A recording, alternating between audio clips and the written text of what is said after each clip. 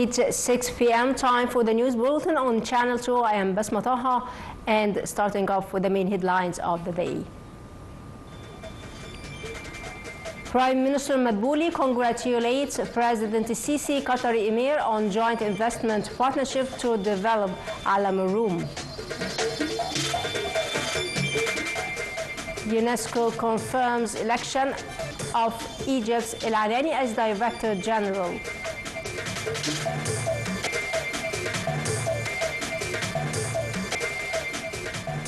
And Pope Leo meets Palestinian President Abbas, calls for urgent need for Gaza aid, two-state solution.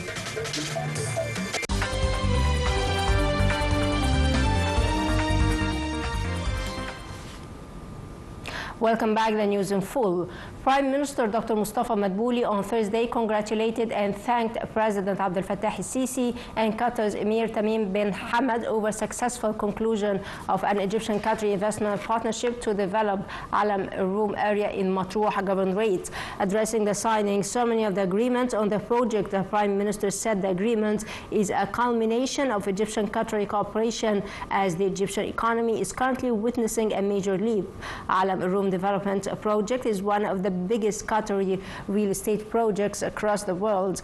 The deal is worth $29.7 billion in investment. It is part of Qatar $7.5 billion investment pledged to Egypt. Alam Room project will transform the area into an urban development to a center of the year round and is part of Egypt's state drive to place development in the north coast on top of national infrastructure development projects. Egypt's former Tourism and Antiquities Minister Khalid Al-Anani was confirmed as head of UNESCO on Thursday. Anani, 54, was elected last month by UNESCO 58-member executive boards with a massive 55-member votes. His choice as the first Arab Director General of the UN Cultural Education Agency received a formal confirmation vote by all 194 UN members at the agency General Conference in Uzbekistan. Anani has pledged to build a UNESCO for the people, streamline decision-making and diversify funding as the agency braces for the withdrawal of US financial contributions at the end of 2026.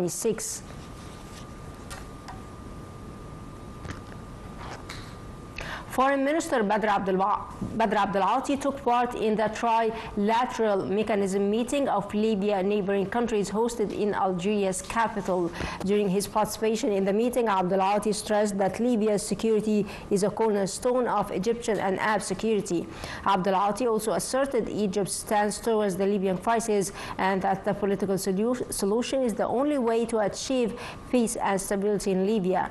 He added that this solution comes through dialogue and agreement among the parties under the auspices of the United Nations and without foreign interference. He reiterated the significance that all foreign troops and mercenaries withdraw without any deal or exception.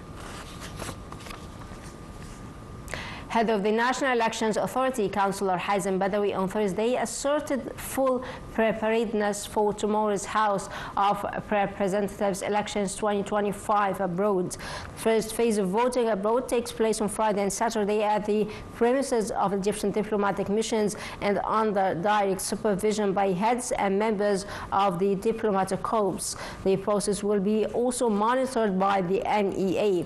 Election silence began earlier today in preparation for the elections for the second chamber of parliament.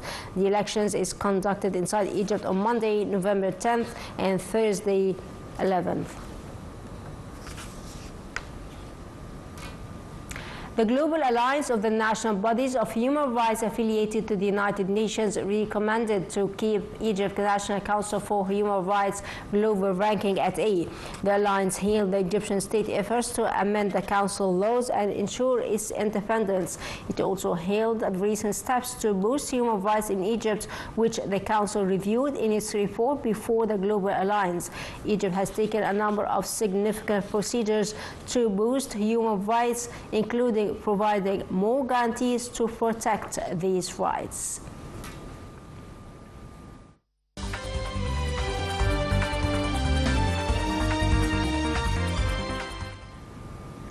In line with directives by the Supreme Commander of the Armed Forces, President Abdel Fattah el-Sisi, Egypt continued its efforts to access more humanitarian and relief aid to the Gaza Strip. The 67th aid convoy is part of Zed al-Izza initiative that has been launched by the Egyptian Red Crescent since late July. The trucks carry tons of essential foods, including baby formula and rice, besides tons of medical and relief supplies and also personal care products. Hamas Qassam brigades handed over remains of new Israeli hostage to Hamas movement in Gaza Strip. The remains were found in Shugaiya, east of Gaza City, as part of exchange bodies as part of the ongoing Gaza ceasefire deal in Gaza Strip brokered by U.S. President Donald Trump. Israeli Prime Minister Benjamin Netanyahu's office announced it received the remains of an Israeli hostage in Gaza from the Red Cross. By this, the number of the body remains handed over to Israel has reached 22 of 28 bodies. Palestinian kid was shot dead by Israeli fire in the occupied West Bank on Thursday. Palestinian Health Ministry said the occupation troops shot the Palestinian child during the incursion of Yamoun town west of Jenin. The child was shot with 4 live fire bullets, and later the Israeli forces prevented the ambulance from reaching him. Pope Leo met Palestinian President Mahmoud Abbas for the first time on Thursday, almost a month after U.S. brokered ceasefire agreement came into effect in the Gaza Strip. A brief Vatican statement described the meeting as cordial and said it discussed the urgent need to provide assistance to the civilians in Gaza and pursue a two-state solution to end the conflict in the region. Abbas was visiting the Vatican to mark the 10th anniversary of the signing of the comprehensive agreement between the Holy See and the State of Palestine. He arrived in Rome on Wednesday afternoon and visited the Basilica of St. Mary Major to pay his respects to late Pope Francis II. Typhoon Maggie has killed at least 142 and left another 127 missing after unleashing devastating flooding across the central Philippines, according to official figures on Thursday, as the storm headed towards Vietnam. The typhoon is so far the globe's deadliest of 2025. Trami, also in the Philippines, was last year's third deadliest typhoon with 191 fatalities. Floodwaters described as unprecedented rushed through Kivu province, town and cities this week, sweeping away cars, and the National Civil Defense Office on Thursday confirmed 114 deaths, though that tally did not include an additional 28 recorded by the Kivu provincial authorities.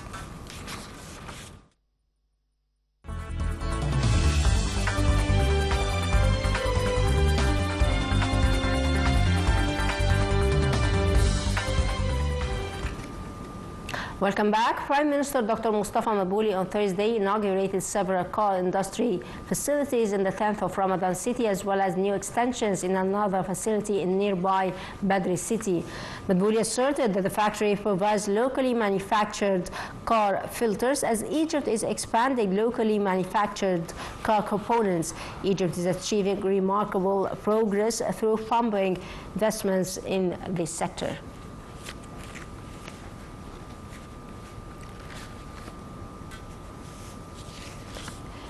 And Egyptian stock indices fluctuated on Thursday, affected by selling operations by Arab and foreign corporations and funds. Benchmark index EGX 30 went up by 0.23% to close at 48,158 points. Meanwhile, small and medium enterprises index EGX 70 dropped by 0.97%, and the more expanded EGX 100 index lost 0.82%.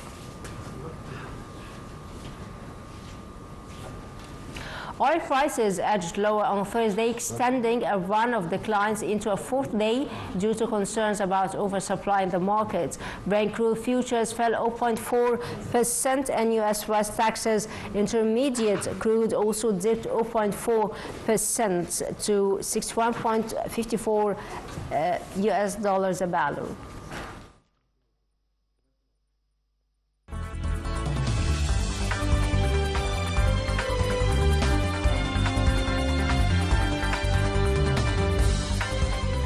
Dear viewers, by that we come to the end of our news bulletin. Thanks for watching. That was Basma Taha signing off.